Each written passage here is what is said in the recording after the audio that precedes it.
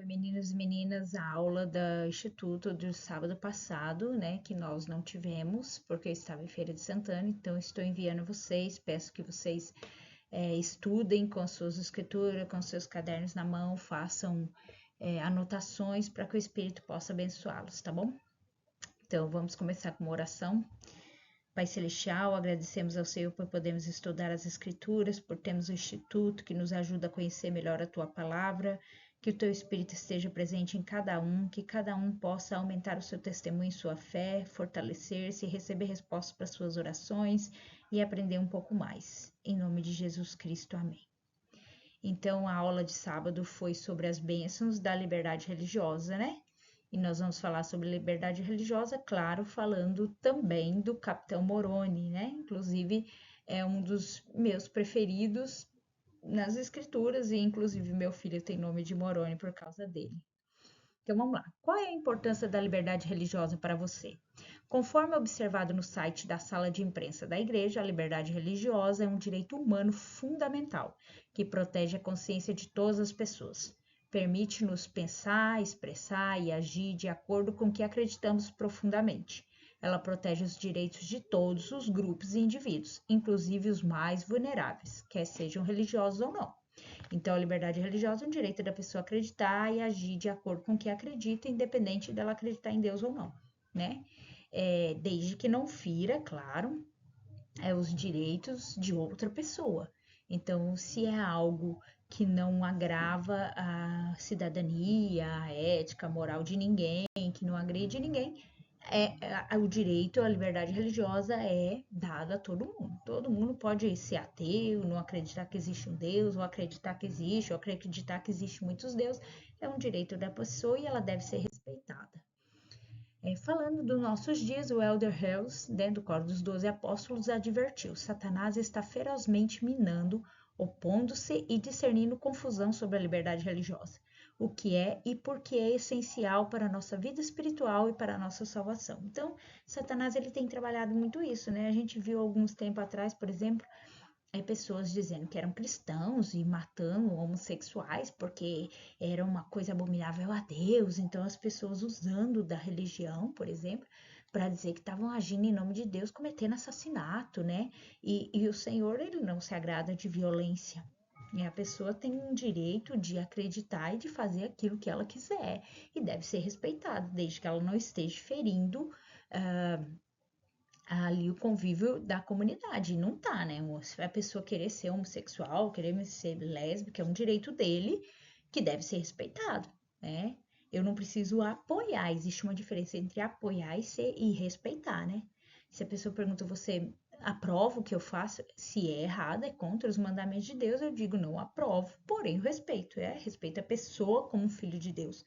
Deus não apoia nossos pecados, mas ele respeita as nossas escolhas, porque ele não nos obriga a fazer o certo, e ele nos ama ainda assim. É claro que amar é diferente de abençoar. Ele só pode me dar uma bênção mediante a lei que eu guardo, mas ele continua me amando, mesmo eu querendo fazer errado, mesmo eu não querendo guardar os seus mandamentos. E é isso que a liberdade religiosa faz, indiferente da pessoa acreditar em Deus ou querer servir a Satanás, ela deve ser respeitada porque ela tem um direito do arbítrio que Deus deu e nós devemos respeitar. Aí ele fala que o rei Mosias estabelece uma forma de governo que protege a liberdade religiosa. A liberdade religiosa engloba não apenas o direito de adorar livremente, mas também o direito de uma pessoa falar e agir com base na fé dela. A liberdade religiosa protege os direitos de todas as pessoas, de terem suas próprias crenças religiosas e de expressarem-las livremente, sem medo de sofrer perseguição ou de lhes serem negados direitos iguais de cidadania.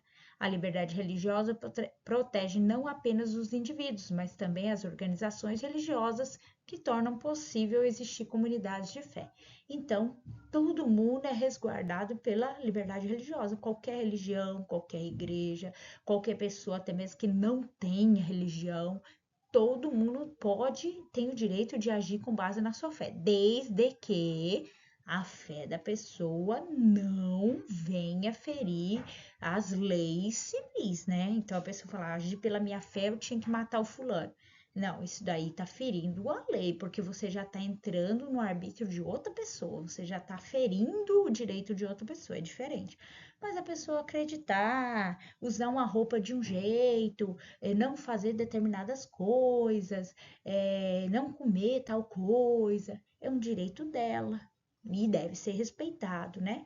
A gente não deve fazer pouco caso, falar mal, a gente deve só respeitar, né? É isso que a igreja ensina. Aí nós temos uma foto de uma reunião de diversas religiões, né? Falando sobre a liberdade religiosa, que a igreja participou, e a gente vê ali o respeito sempre, né? Com a crença do outro. Inclusive, o presidente Hinckley, ele sempre falava assim que quando os missionários ou a gente vai abordar alguém para falar do evangelho, a gente deve ver o que a pessoa tem de crença em comum com a gente e usar essa crença em comum para ensinar, não falar mal da igreja que a pessoa segue, né? Simplesmente assim, a pessoa fala, não, eu acredito em Cristo, eu acredito que Ele é nosso Salvador. Você pega o gancho e diz, ótimo, nós também acreditamos. E aí você presta seu testemunho da igreja em relação àquilo que a pessoa tem em comum com você. E assim você consegue uma amizade bacana, mesmo que a pessoa não venha ser membro da igreja, ela vai te respeitar, você vai respeitá-la, né? Através da história, né, os direitos humanos básicos de agir de acordo com as nossas crenças foi frequentemente contestado e até suprimido.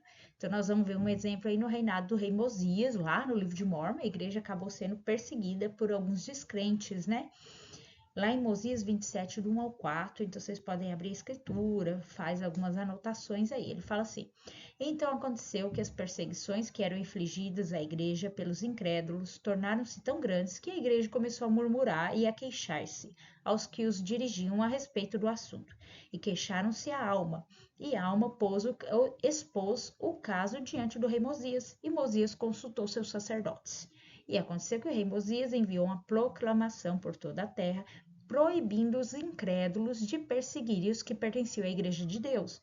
E havia em todas as igrejas um severo mandamento para que não houvesse perseguição entre eles, para que houvesse igualdade entre todos os homens, para que não permitisse que o orgulho e a vaidade perturbassem-no, para que todo homem estimasse o próximo como a si mesmo e trabalhasse com as próprias mãos para o seu sustento.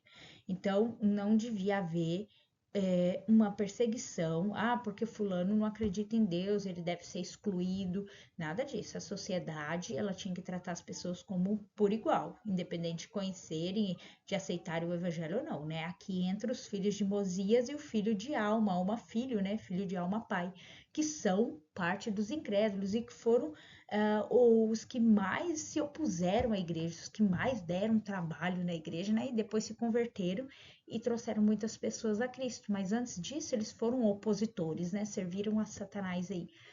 E ainda assim, mesmo eles sendo incrédulos e perseguindo, né, os membros da igreja, a igreja ensinava que todos deveriam amar uns aos outros e não revidar. Mas, como a perseguição se tornou intensa, foi preciso o rei Mosias pôr um decreto ali, né, que quem começasse a perseguir no sentido de boicotar, de maltratar, teria que ser punido pela lei, porque aí você já está infligindo, é, você já está ali indo contra o direito de livre-arbítrio da outra pessoa, né? Então eles perseguiam, eles maltratavam, eles batiam, né? E aí você já está infringindo a lei do país, né? Já estava vivendo uma desordem. Então o rei precisou fazer esse decreto contra os próprios filhos e o filho do profeta. Como nossa vida seria afetada se não fôssemos livres para expressar ou viver nossas crenças fundamentais, inclusive expressar nossos pontos de vista religiosos? Já imaginou como seria? Coreia do Norte, né? Se vocês estudarem um pouquinho sobre a Coreia do Norte, vocês vão ver que religião lá não entra, é só que não é imperador, não é rei, eu não sei como que fala lá o nome do governador supremo lá, que é só a família dele que manda, né? Mas se as pessoas não têm direito a nada, né? Elas não têm celular, não tem carro, é só aqueles que servem ao governo, uma pequena elite que tem, não podem sair do país. É, é, tudo é limitado ali pelo governo, você tem leis restritas, por exemplo, você tem que ter uma foto do ditador dentro da sua casa, se a casa pegar fogo, você tem que salvar a primeira foto, não é salvar seus parentes, não, é a foto. Então, imagina você não ter liberdade de escolha, você ser vigiado 24 horas. Então, se a gente investigar, ainda existe países assim, infelizmente, e você não tem direito a pensar, né? Você é criado com um cabresto de cavalo, né? Que põe o cabresto assim para o cavalo enxergar só para frente. A gente, nesses países, as pessoas são criadas assim, sem direito de escolha, de arbítrio, né? Então, imagine se o mundo inteiro fosse assim, que horror seria, né? A gente não poder se expressar. Então, respondam aí no caderninho de vocês o que podemos aprender sobre liberdade religiosa com a proclamação do rei Mosias. Ele disse que todo mundo tinha direito igual, que todo mundo devia trabalhar com as próprias mãos, ou seja, ninguém tem que ser sustentado por ninguém da igreja.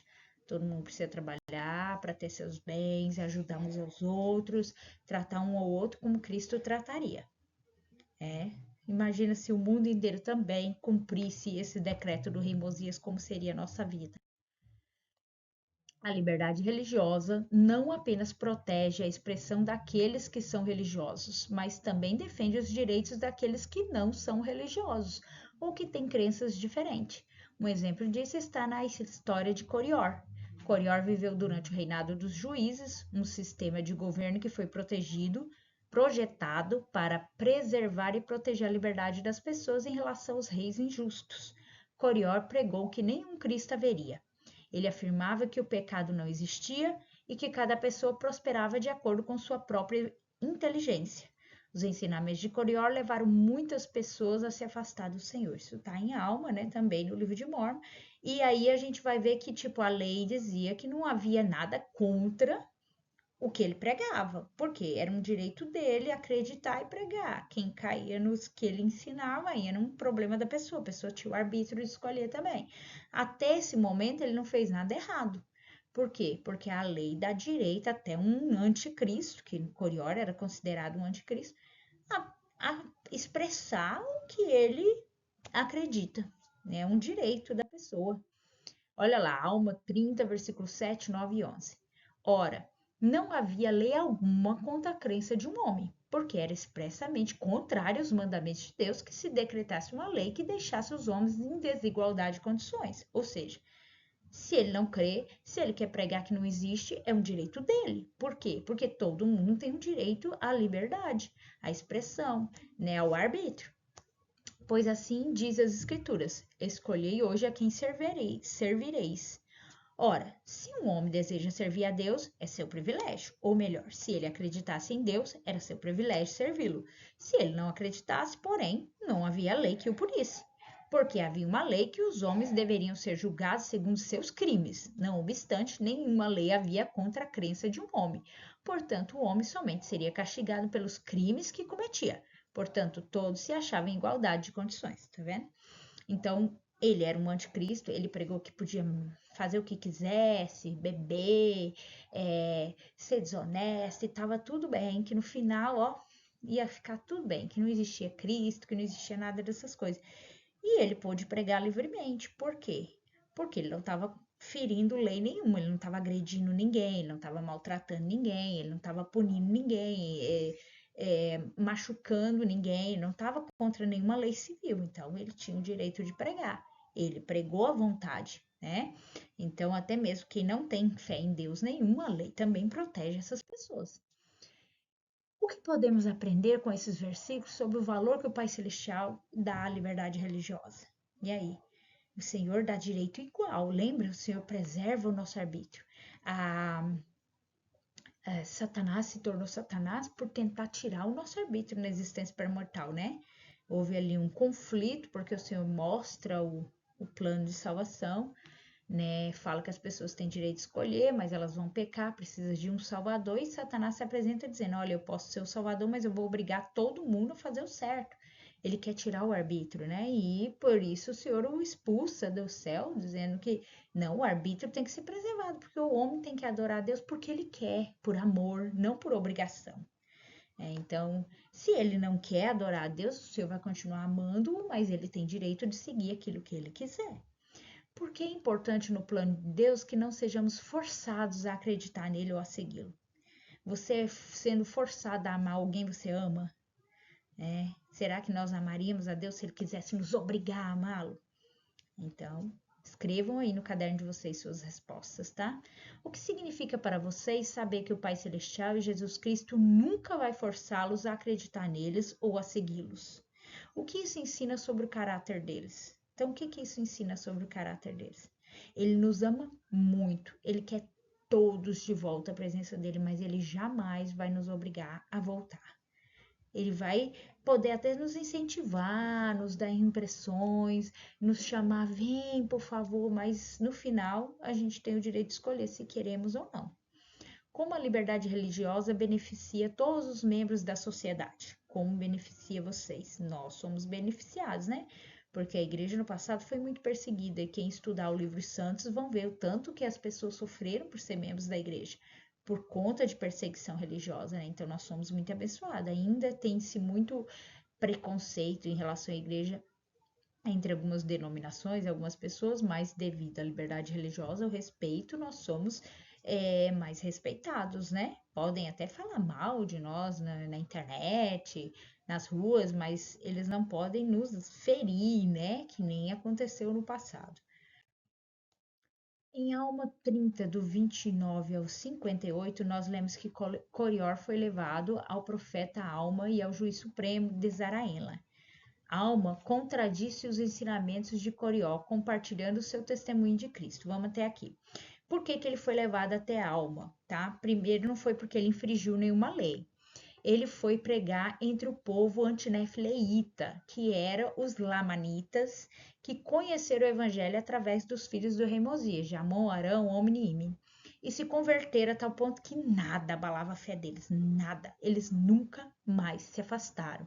Então, nada abalava. E como ele começou a pregar aquelas bobeiras lá, eles só pegaram ele e levaram até o profeta. Aqui, ó, esse homem tá falando besteira, mas ele não ficou preso nem nada. E ele queria muito falar com a alma, porque ele queria desafiar o profeta, né? Então ele vai até o profeta. E, e aí ele começa a conversar, e a alma, vocês vão ler lá em Alma capítulo 30, que ele vai fazendo pergunta, questionando, e a alma vai desafiando ele também, e a alma vai prestando testemunho, e ele pede um sinal, né? Assim como Corior tinha o direito de expressar suas descrenças em Deus, a alma tinha livre direito para testificar que o Pai Celestial e Jesus Cristo existe. Por não acreditar em alma, Coriol exigiu um sinal de Deus, né? Então ele exige um sinal e a alma fala assim: não, eu não posso tentar a Deus e ficar pedindo sinal. Você tem os sinais. Ele falou: a terra, o mundo, o sol, tudo testifica que existe um Deus. Como é que essas coisas que foram criadas assim explodiu e surgiu tudo? O homem evoluiu do macaco e o macaco não evolui mais. A gente sabe que essas coisas não existem mais, né? Que foi nos ensinada no passado, porque não tem como. Simplesmente do nada houve uma explosão e o mundo surgiu sem a mão divina de ninguém, né? Então, mas ele exige que ele quer um sinal e ele acaba ficando mudo.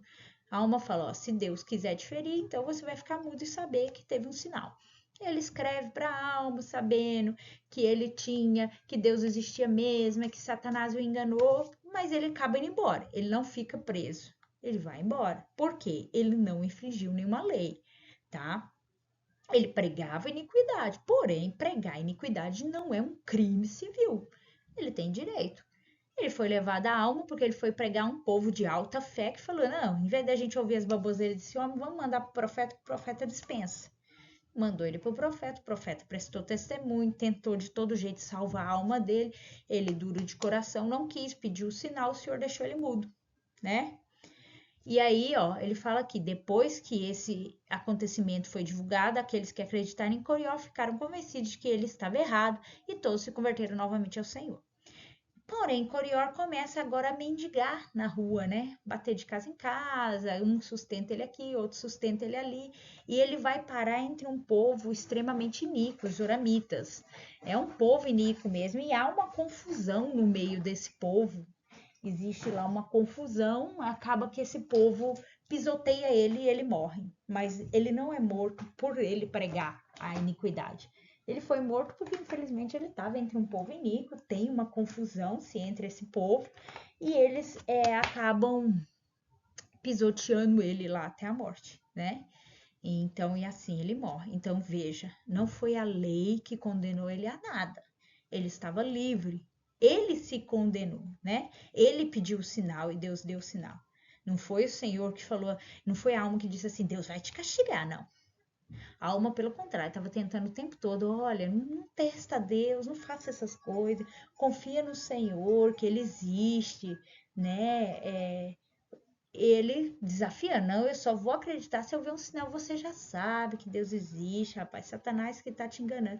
Não, eu só vou acreditar se eu ver um sinal. E aí, se a alma falou, olha, você que tá pedindo, o Senhor vai te mandar. Mas aí foi para ele se arrepender ali, para ele perceber, né? Infelizmente ele acabou indo parar no meio de um povo extremamente iníquo e ele foi morto ali. E lembrando a história, ele foi morto não foi porque o povo quis matá-lo. Houve uma confusão e eles, na correria, pisotearam ele, né? Então a escritura não fala se eles queriam matá-lo, tá bom? Olha o que Joseph falou. Estou igualmente pronto para morrer em defesa dos direitos de um presbiteriano, de um batista ou um bom homem de qualquer outra denominação, assim como por um membro da igreja, porque o mesmo princípio que destruiria o direito do santo dos últimos dias também destruiria os direitos dos católicos, romanos ou de qualquer outra denominação que venha a ser impopular ou demasiadamente fraca para defender-se. Ou seja, a gente tem que defender qualquer denominação. Está sendo atacada, tem um amigo seu lá falando mal do católico. Olha, você tem que prestar testemunho de Cristo e encerrar o assunto. Não é porque eu não sou membro da Igreja Católica que eu vou alimentar o que estão falando mal. Porque a gente sabe, por exemplo, que existem muitos pastores, muitos padres, né, que cometem iniquidade, abuso sexual, que roubam a igreja, mas não é a igreja em si que fez, é o líder. Por exemplo, a gente sabe que tem alguns de igrejas famosas aí na televisão que ficam milionários com o dízimo do povo, tá? Mas quem tá roubando é o pastor. O povo que tá ali vai ser abençoado pelo Senhor do mesmo jeito. Eles estão pagando o dízimo deles, estão guardando o mandamento. Se o pastor está roubando dinheiro, está gastando, é um problema do pastor. Quem vai prestar conta a Deus é o pastor. Os membros daquela congregação são pessoas boas, honestas, que estão buscando a Deus. Então eu não tenho que falar mal da igreja, porque aí eu estou falando de todas as pessoas. E na nossa própria denominação, a gente sabe que existem pessoas iníquas. Há um tempo atrás teve um membro da igreja lá, inativo, que matou não sei quem nos Estados Unidos e estava todo mundo lá julgando porque é membro da igreja. Mas a igreja tem alguma coisa com isso? A igreja ensinou e mandou ele matar alguém? A pessoa tem o livre-arbítrio, não é porque ela é membro da igreja que ela vai ser justa, santa, honesta. Então, da mesma forma que a gente fala, não é porque é membro da igreja que ele vai ser justo, que a gente também não pode falar mal de outras denominações porque alguém de outra denominação fez algo errado. Não foi a igreja em si, porque a igreja é todo mundo, o coletivo, todas as pessoas. E lá existem pessoas maravilhosas. Sem dúvida, pessoas de outras denominações também viverão milênio. O Senhor diz que todas as pessoas justas e boas viverão milênio. Então, vai ter pessoas não membros no milênio. Não é só os membros da igreja. E como vai ter membros da igreja que não viverão milênio porque não eram dignos o suficiente. Então, nós temos que tirar da nossa cabeça essa ideia de falar mal, né, de outras denominações. Se alguém vier falar para a gente deve simplesmente prestar nosso testemunho de Deus, de Cristo, e dizer que em outras denominações existem pessoas boas também, e existem pessoas também, enfim, que cometem seus erros, né? Joseph enfatizou também como um ensino fundamental da igreja. A regra de fé, né, número 11, que ele fala lá, pretendemos o privilégio de adorar a Deus Todo-Poderoso de acordo com os ditames de nossa própria consciência. E concedemos a todos os homens o mesmo privilégio, deixando-os adorar como, quando, onde e o que desejarem. Então, todo mundo tem o direito. Todo mundo tem esse direito por Deus. Quando a lei restringe a liberdade religiosa, os santos dos últimos dias acreditam em obedecer à lei enquanto buscam proteção para seus direitos fundamentais por intermédio dos meios lícitos disponíveis em cada jurisdição ou país. Então, a lei civil está restringindo, foi no caso do Misor, no Kirtland, quando a igreja foi restaurada, né?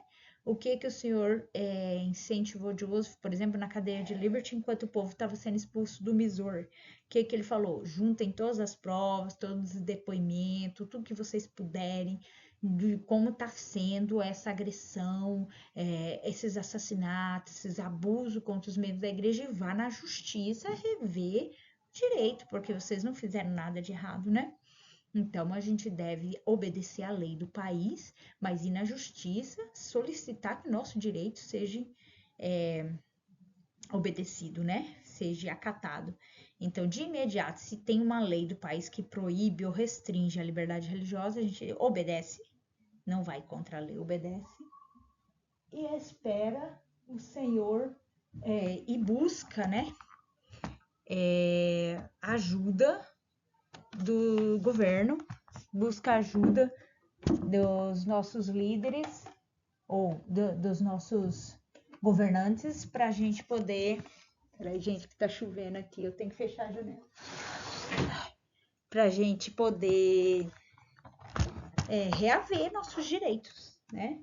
Então, é uma lei, a gente deve cumprir, mas ir buscar os nossos direitos perante a lei também, né?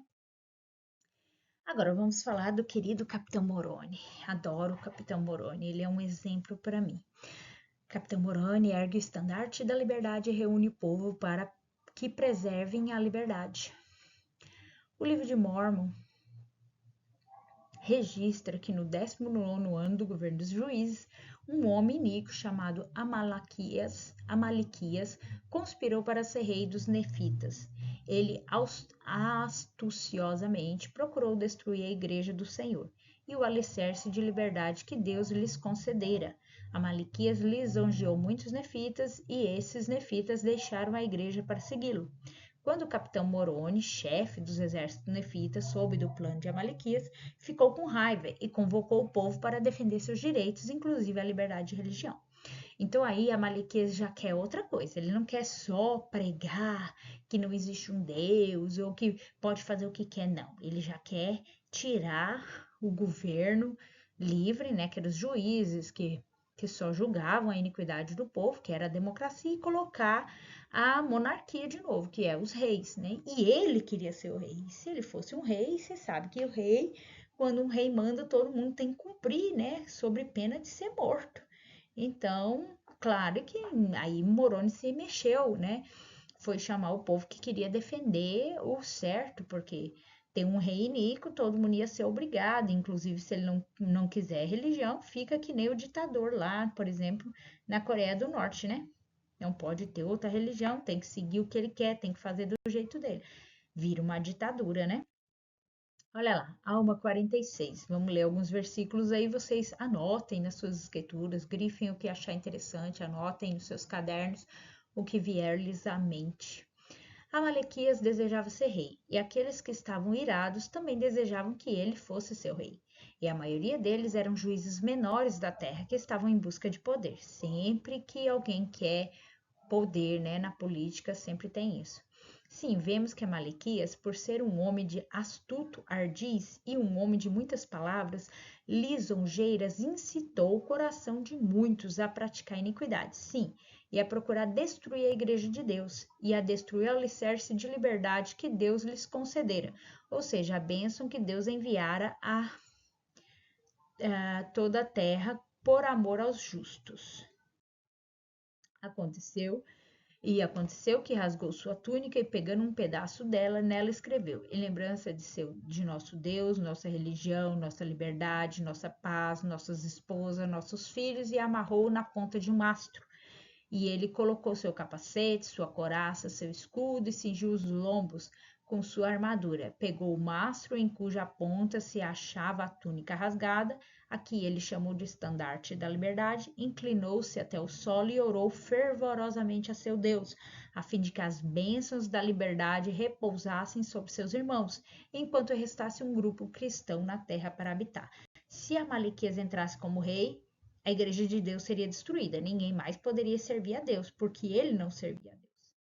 Continuando. Tendo dito essas palavras, Moroni foi para o meio do povo, fazendo tremular a parte rasgada de sua túnica no ar, para que todos vissem o que havia escrito na parte rasgada, e clamou em uma só voz, dizendo: Eis que todos os que desejarem defender esse estandarte na terra, aproximem-se na força do Senhor, façam convênio de que defenderão seus direitos e sua religião para que o Senhor Deus os abençoe.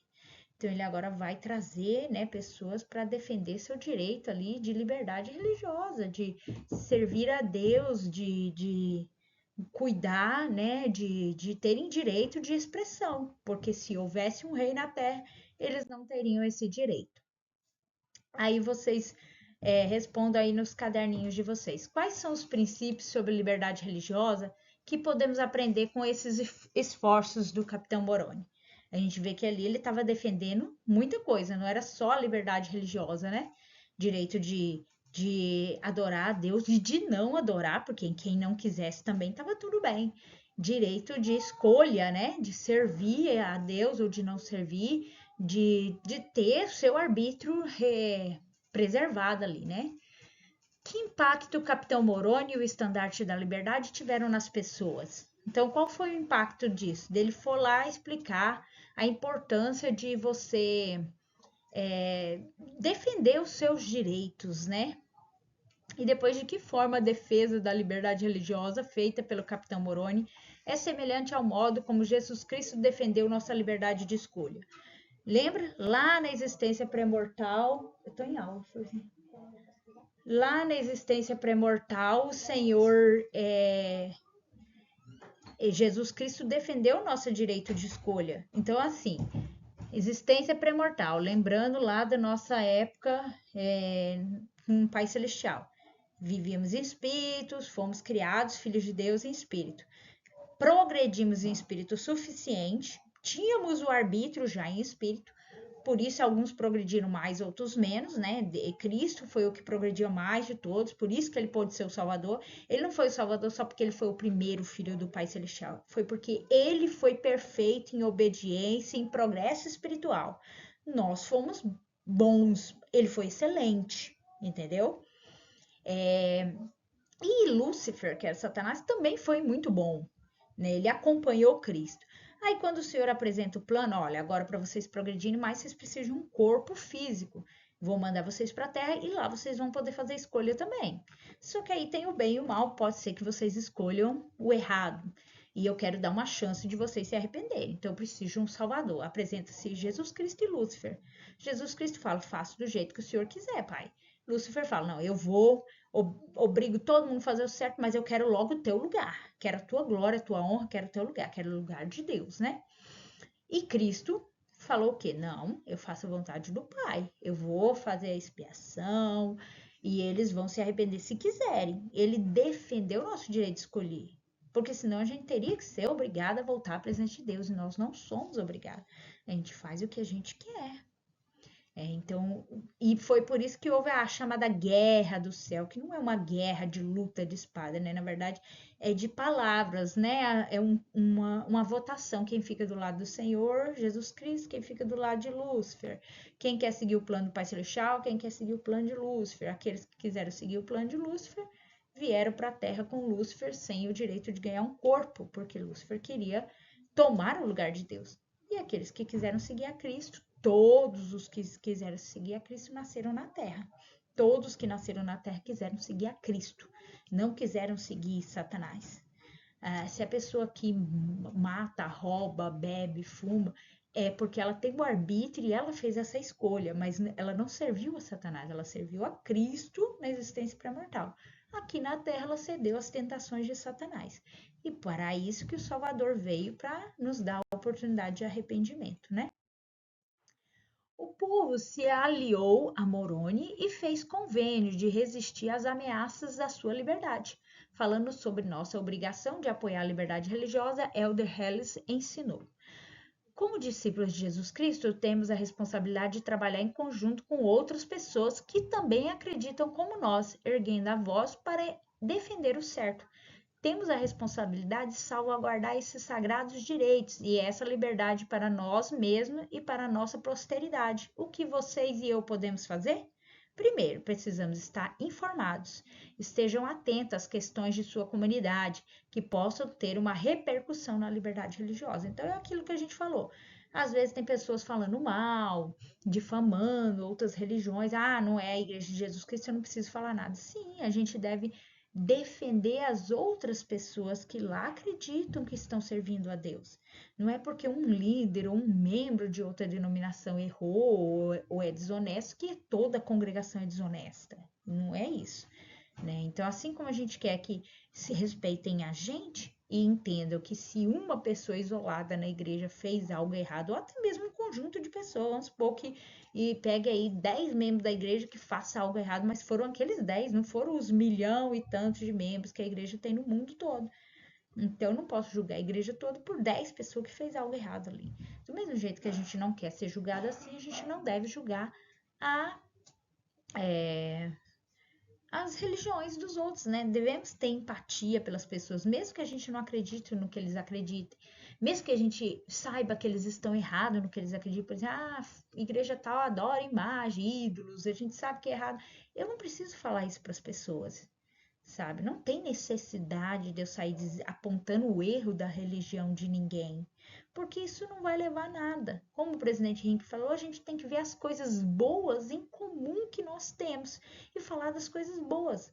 As coisas que são erradas, que nós percebemos ser erradas, é porque nós temos o conhecimento da igreja verdadeira.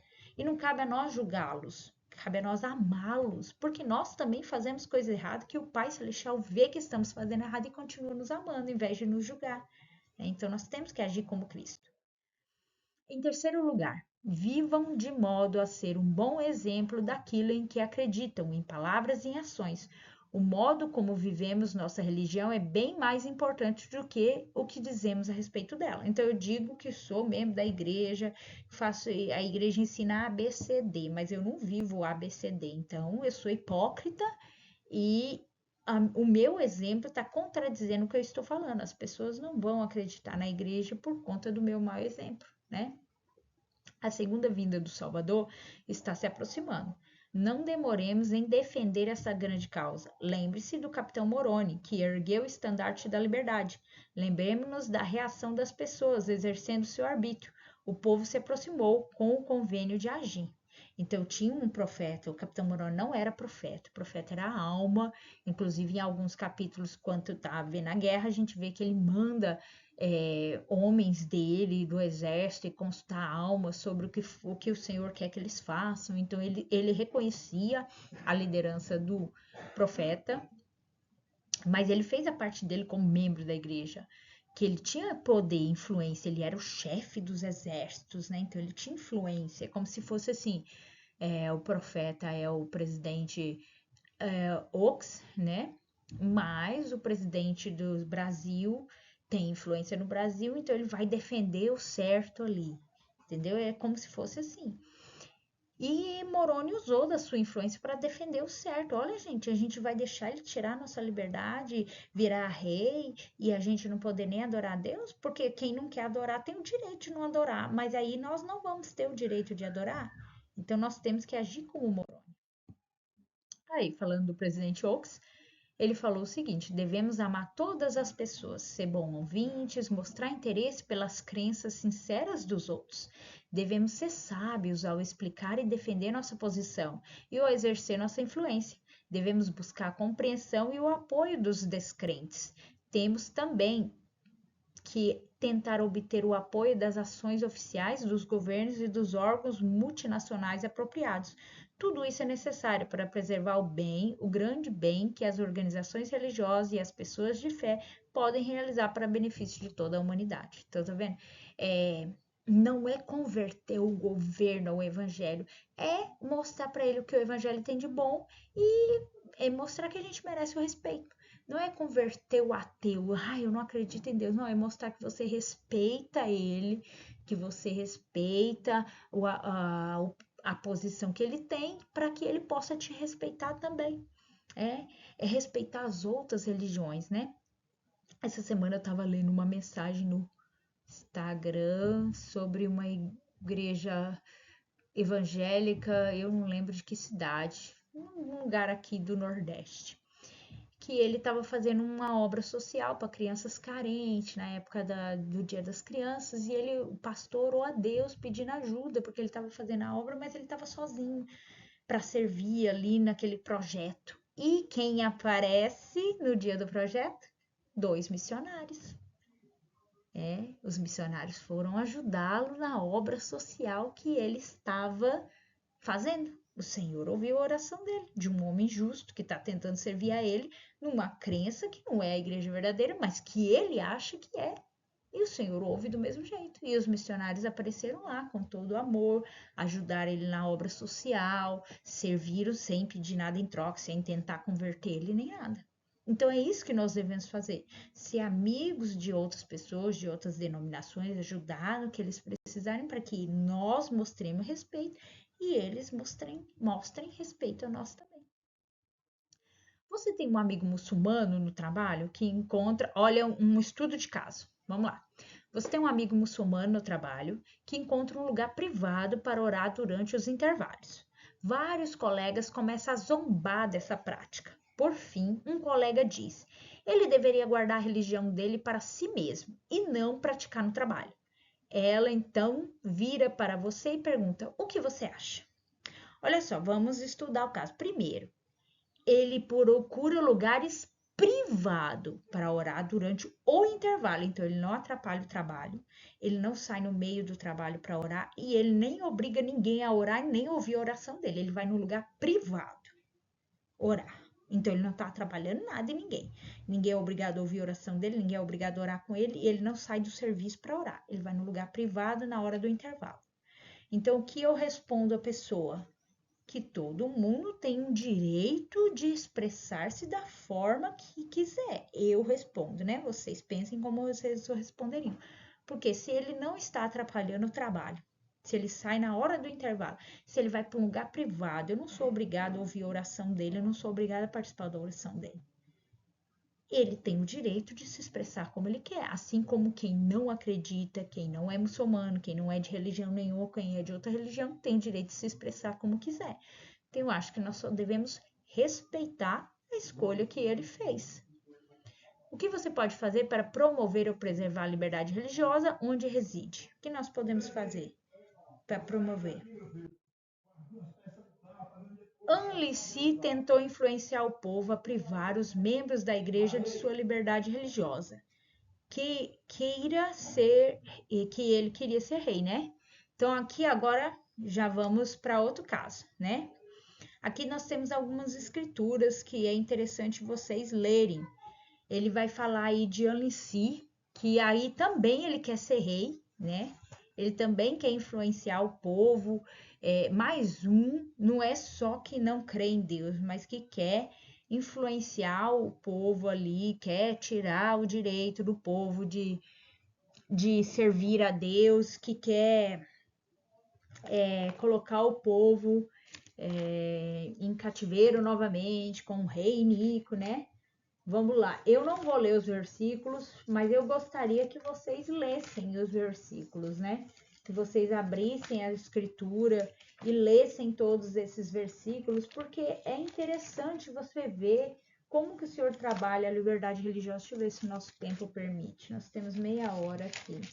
Vou dar uma passadinha rápida aqui. Então, ó, em Alma, capítulo 2, versículo do 1 ao 7, ele vai falar que Alice começa a atrair muita gente para o lado dele, né?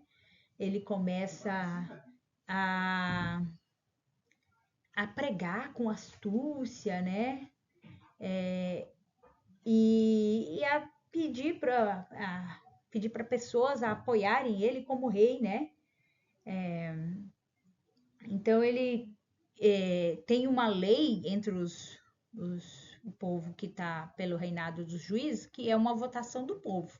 Então haveria uma votação. Como tem uma parte apoiando Alici para ser rei, então é preciso que faça-se uma votação. Se a maioria apoiar ele como rei, então se tira os juízes e volta o rei. Se a maioria não apoiá-lo como rei, então ele não pode ser rei. Então era pela voz do povo, a democracia que era escolhida. E a maioria ainda era justo e não aceitou ele como rei, porque iam perder seu direito de orar, de servir a Deus, né? Então ele acaba ficando com raiva disso, né? E ele quer tomar o poder à força. E ele pertence à ordem dos Neor, né? Lembra de Neor? Neor é aquele que também foi um anticristo, que começa a pregar contra a igreja de Cristo, porém ele vai até Gideão, que é um homem fiel a Deus, que está pregando ali, e ele não só tenta pregar, ele fica com raiva porque ele não consegue convencer Gideão de que Deus não existe e ele mata Gideão. Então, Neor, ele é condenado à morte pela lei porque ele assassinou, não porque ele não acreditava em Cristo, mas ele impôs a descrença dele pela espada. Ele assassinou um homem inocente, então ele é condenado à morte. Ele se pertence a essa ordem, porque Neor tinha lá no seu grupo, né? Ele pertence a esse grupo. Então, mas a voz do povo não aceita ele como rei. Aí a outra parte, ele vai falar de algumas pessoas do povo de Amonia que tentaram silenciar a Alma e a Moleque, né? Então aqui nessa foto vocês veem a Alma e a Moleque, aí tem Ziziron, que era um dos advogados, né? Então a Alma e a Moleque estão ali pregando entre os uramitas, tem os descrentes, tem os que crê, só que em Amonia, entre os uramitas, né? O povo ali impõe a lei, então eles prendem a alma e a mulher por pregar, matam aqueles que acreditam em Deus ali, queimam eles, queimam as escrituras, então ali não tem liberdade religiosa. Ali eles impõem pela espada, pela morte mesmo, que não pode acreditar em Cristo, né? Então a gente vê aí e eles acabam sendo destruídos depois, né? A alma e a moleque fica muito tempo na cadeia e o Senhor os liberta. É aquela parte em que a cadeia rui por terra, mata todos os que estão dentro da cadeia ali, espancando a alma e a moleque. A alma e a moleque saem ileso, né? E da cidade.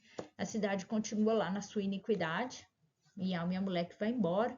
E muitos dos que acreditaram em Deus que não foram queimados também fugiram para outras cidades, né? E aquela cidade acaba sendo destruída pelos lamanitas depois numa guerra, porque eles são iníquos, Deus ele não foi convidado a abençoá-los, não pode fazer nada, e eles são destruídos pelos lamanitas, né?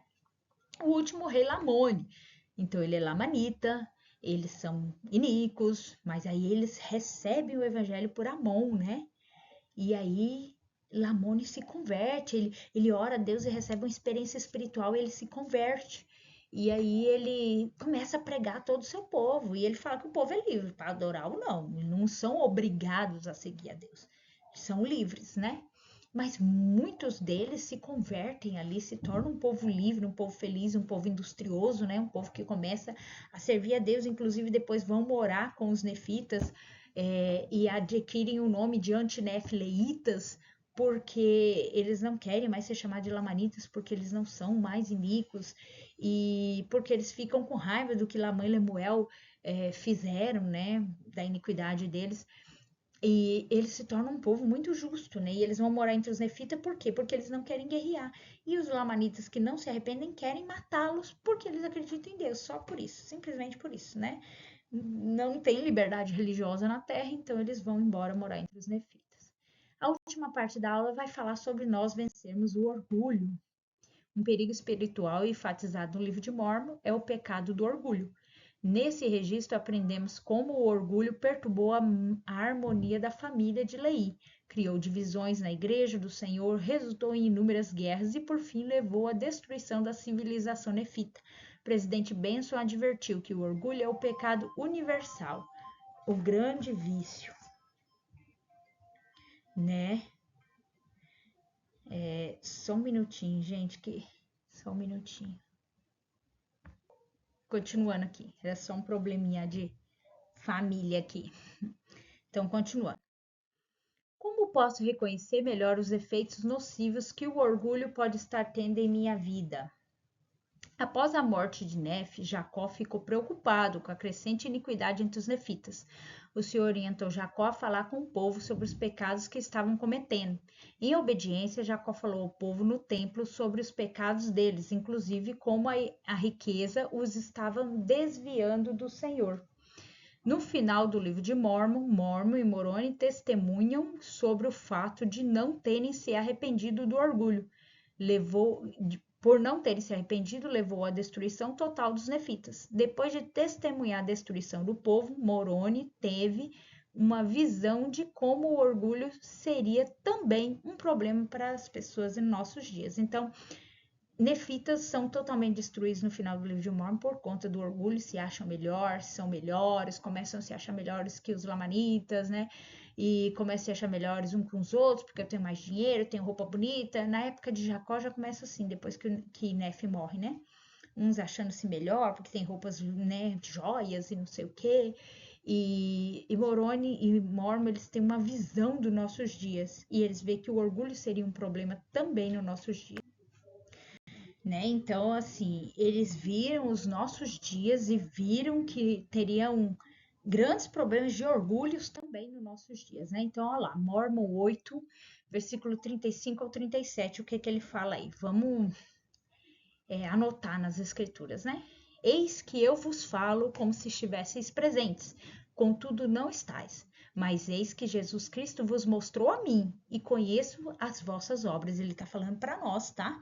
Para os nossos dias. Lembrando que o livro de Mormon não foi lido por nenhum dos nefitas. Eles não leram o livro de Mormon. Ele foi escrito por eles, mas quem recebeu foi a gente, né? Nos últimos dias. Então ele está falando para nós.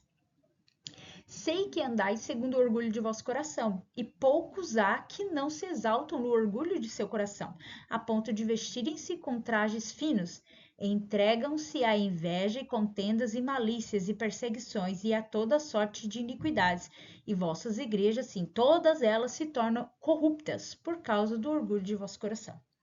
Pois eis que amais o dinheiro, e vossos bens, e vossos trajes finos, e adorno de vossas igrejas, mais do que amais os pobres, os necessitados, os doentes e os aflitos. Gente, quando o Senhor fala assim, é mais fácil um camelo passar no fundo de uma agulha do que o rico entrar no reino do céu. Ele não está falando porque é pecado ser rico, não é nada disso, tá? Ao longo da história da igreja, se vocês estudarem os santos, vocês vão ver que existiam muitas pessoas ricas na igreja que abençoaram a igreja, que ajudaram na construção do templo. O pecado não é ser rico. Pode até um pobre ser orgulhoso e ter pecado. O pecado é pôr meu coração nos bens materiais. Então eu deixo de servir a Deus, eu deixo de ir na igreja, eu deixo de orar porque eu quero ganhar mais e mais dinheiro. É diferente também da pessoa que precisa trabalhar no domingo, tá? Você trabalha para uma empresa, tem que trabalhar no domingo. Você trabalha no hospital, tem que trabalhar no domingo, é uma coisa. Aí, mas eu sou o dono da empresa, eu quero trabalhar no domingo porque no domingo vai me dar o dobro de dinheiro. Aí eu tô pondo meu coração nas coisas do mundo em vez de nas coisas do Senhor. Em vez de servir ao Senhor. Esse é o pecado, entendeu? Às vezes você nem tem muito, mas você tem um carro que é o seu Deus, né? Que tudo você faz por aquele carro e você deixa de fazer coisas para o Senhor em prol de zelar e cuidar. E, por exemplo, não pago meu dízimo porque eu preciso lustrar o meu carro todo mês e gastar um dinheiro lá em lavar, lustrar, é um exemplo. Então, meu carro é meu Deus, eu estou no orgulho, né? E não é em questão do bem material. Por que ele fala em riqueza? Porque é a coisa que mais leva as pessoas ao orgulho. Geralmente a pessoa orgulhosa é aquela que tem um pouquinho a mais que o outro. Existe pobre, pobre, pobre, orgulhoso, existe. Mas é mais difícil quando ele não tem nada, nada, nada ser orgulhoso. Às vezes ele nem é rico, que nós estamos falando, não é nem ser rico, é ter um pouquinho a mais que o vizinho e já tem um orgulho. E geralmente esse pouquinho a mais é em relação a bens materiais. Eu tenho uma casa um pouquinho mais bonita que a do vizinho, já sou orgulhoso. Meu carro é melhor do que o meu vizinho, entendeu? Não é nem a riqueza, mas infelizmente, geralmente é o bem material que leva ao orgulho. Olha lá um estudo de caso, né? Jane gosta de frequentar as reuniões, não gosta de frequentar as reuniões da Sociedade Socorro. Ao olhar ao redor na sala, tudo que consegue ver são mulheres que parecem mais bonitas, mais espirituais, mais talentosas que ela. Jane se ressente delas por terem essas qualidades e geralmente deixa a Sociedade Socorro com raiva e com ciúme. Olha só. Denis, dos 70, diz o seguinte: precisamos parar de nos comparar a outras pessoas. O presidente Utidor falou sobre o orgulho enquanto servia como membro da primeira presidência. Em seu cerne, o orgulho é um pecado de comparação. De que maneira o fato de nos compararmos a outras pessoas pode nos levar ao orgulho? Então, essa irmã está sendo orgulhosa, se menosprezando, né? Ai, fulana. E assim, é uma coisa de eu acho. Às vezes a pessoa nem é. Eu acho que a pessoa é mais bonita que eu, mais talentosa que eu, mais inteligente que eu, mais espiritual que eu. Em vez de eu falar assim, nossa, eu acho a irmã tal tão espiritual, eu vou me esforçar para ser igual a ela. Ela vai ser a minha, assim, ponto de partida para eu ser espiritual também, né? Em vez de eu querer, assim, achar bacana, eu vou seguir esse rumo, não. Eu começo então eu não posso ter, eu não consigo ter, e é culpa dos outros. O orgulhoso, ele geralmente põe a culpa no outro, né? Então, o outro é o culpado por eu não conseguir ser, por eu não conseguir ter, e coitado de mim, o outro é o culpado, né? Então, nós temos que tomar cuidado com essas coisas. Em 1989, olha, em 89, o presidente Benson fez um discurso sobre orgulho. Aqui está um trecho do discurso dele que nós vamos estudar. Muito bacana. Olha só. Muitos de nós consideramos o orgulho egocentrismo, convencimento, jactância, arrogância ou soberba. Tudo isso faz parte do orgulho, mas continua faltando a essência, o cerne. O cerne do orgulho é a inimizade, inimizade para com Deus e para com os nossos semelhantes. Inimizade quer dizer ódio, hostilidade ou oposição. É o poder pelo qual Satanás quer reinar sobre nós. O orgulho é essencialmente competitivo por natureza. Opomos nossa vontade à de Deus. O orgulho não consegue aceitar que a sua vida seja dirigida pela autoridade de Deus. Então, o que é o orgulho? É ser inimigo de Deus, né? Sempre é ser o homem natural. O homem natural é inimigo de Deus. Quando eu sou orgulhoso, eu sou inimigo de Deus, né? O outro é melhor, o outro tem isso, o outro tem aquilo, e eu sou o coitado, né? Acabamos sendo inimigos de Deus. Olha, ele continua. Os orgulhosos fazem de todos os homens seus adversários, lançando seu intelecto, suas opiniões, suas obras, suas posses, seus talentos ou qualquer outro mecanismo mundano de medida contra seus semelhantes. Nas palavras de C.S. Lewis, o orgulho não se compraz em ter alguma coisa, somente em ter mais que o próximo. É a comparação que os torna orgulhosos, o prazer de se sentir acima dos outros. Tirando-lhe o elemento competitivo, desaparece o orgulho. O temor do julgamento dos homens se manifesta na luta pela aprovação deles. Então, o orgulhoso é aquele que quer ser melhor que o outro, que se quer competir. É assim, eu preciso competir, eu preciso ser melhor, né? Tudo eu preciso ser, eu preciso ter, eu preciso fazer. A maioria considera o orgulho como um pecado de pessoas eminentes, como os ricos, os instruídos, que olham de cima para o resto de nós. Existe, porém, um mal muito mais comum entre nós, o orgulho dos que de baixo olham para cima. Esse se manifesta em inúmeras maneiras, como críticas, maledicência, difamação, resmungo, viver acima das posses, inveja, cobiça, reprimir gratidão e louvor que poderiam edificar outras pessoas e se mostrar insensível e invejoso. Então, sabe aquela pessoa que ganha um salário X, mas ele compra o carro 10 vezes maior, que ele vai ficar devendo sempre a casa, a cueca, a vida, a alma, o mundo para pagar o que ele não pode ter? Isso é um orgulho. Eu posso comprar esse carrinho simples popular. Não quero. Eu quero aquele de última geração que custa lá 400 mil. É aquele que eu quero. E aí eu fico devendo tudo, o mundo todo, para viver acima de minhas posses. Isso é um orgulho. O fulano tem a casa assim assada, a minha precisa ser melhor que a dele. Então eu faço milhões de empréstimos, fico devendo o mundo para ter a casa melhor do que a do meu vizinho. Então, só para encerrar aqui, que caiu a conexão, é, respondam essas perguntas no caderno de vocês, né? Tenho sentimento de inimizade, raiva, hostilidade, oposição em meu coração para com Deus, com outras pessoas? Às vezes a gente culpa Deus, outras pessoas pelos nossos problemas, então a gente pode avaliar se nós temos feito isso, né? Como posso vencer o pecado do orgulho? Então, Jacó 2, do 17 ao 21, ele fala sobre isso, né? Pensar em vossos irmãos como em vós mesmos, sede amáveis para com os outros, liberais com vossos bens para com vossos irmãos, para que vossos irmãos sejam ricos como vós, né? Mas Antes de buscar riqueza, buscar o reino de Deus, e depois de haverdes obtido uma esperança em Cristo, conseguireis riquezas, se as procurardes, e procurá-las-ei com o fito de praticar o bem, e de vestir o nu, de alimentar o faminto, libertar os cativos, confortar os doentes e aflitos. E agora, meus irmãos, falei-vos sobre o orgulho, e aqueles de vós que afligiste o próximo e o perseguiste devido ao orgulho de vosso coração, por causa das coisas de Deus, vos dou o que dizeis, vos deu o que dizeis disto? Não supondes que tais coisas são abomináveis? Aquele que criou todas as coisas e para ele uma criatura é tão preciosa como a outra, e toda a carne vem e todos criou para o mesmo fim, para que guardassem os seus mandamentos e glorificassem-no para sempre. Então ele fala que não é pecado você ter riqueza, você pode buscar as coisas de Deus, depois buscar a riqueza, mas usar da sua riqueza para abençoar a vida de outras pessoas, né? Terceiro Nef 6, do 12 ao 14, ele fala: E começou o povo a se distinguir por classes, segundo suas riquezas e oportunidades de instrução. Sim, alguns eram ignorantes por causa de sua pobreza, outros recebiam muita instrução por causa de sua opulência.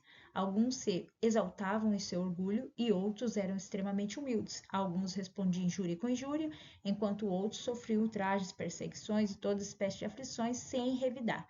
E eram humildes e penitentes diante de Deus. Assim surgiu uma grande desigualdade entre toda a terra, de modo que a igreja começou a decair. Sim, tanto que no 30º ano a igreja dissolveu-se em toda a terra, salvo entre alguns lamanitas que se haviam convertido à verdadeira fé e não se afastaram dela, pois eram firmes e constantes e inabaláveis, desejando que com todo o empenho, guardando com todo o empenho os mandamentos do Senhor. Então, lembra, os antinefilitas foram o único que permaneceram na igreja. A igreja só permaneceu entre eles no final, porque eles tinham realmente se convertido para não sair. Os nefitas, infelizmente, o orgulho fez com que a igreja deixasse de existir entre eles. O propósito de um antídoto. O antídoto é um medicamento tomado para neutralizar o veneno específico, né? De que maneira o orgulho pode ser um veneno?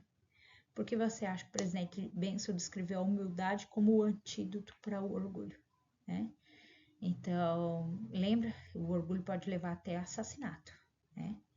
E a humildade pode levar à exaltação. O presidente Benson ensinou o seguinte: como vencer o orgulho? O antídoto para o orgulho é a humildade, mansidão, submissão. Sejam humildes por opção.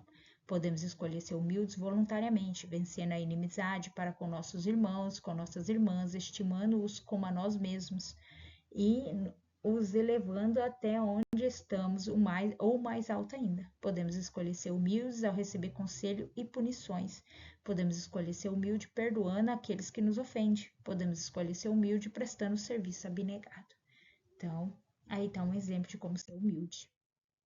Podemos ser humildes ao servir a missão, pregar a palavra capaz de tornar os outros humildes. Podemos escolher ser humilde indo mais frequentemente ao templo. Podemos escolher ser humilde confessando e abandonando nossos pecados, nascendo de Deus. Podemos escolher ser humilde amando a Deus, submetendo nossa vontade a dele e colocando em primeiro lugar em nossa vida. Reflitam sobre a vida do Salvador, o que você pode aprender com ele sobre humildade, né?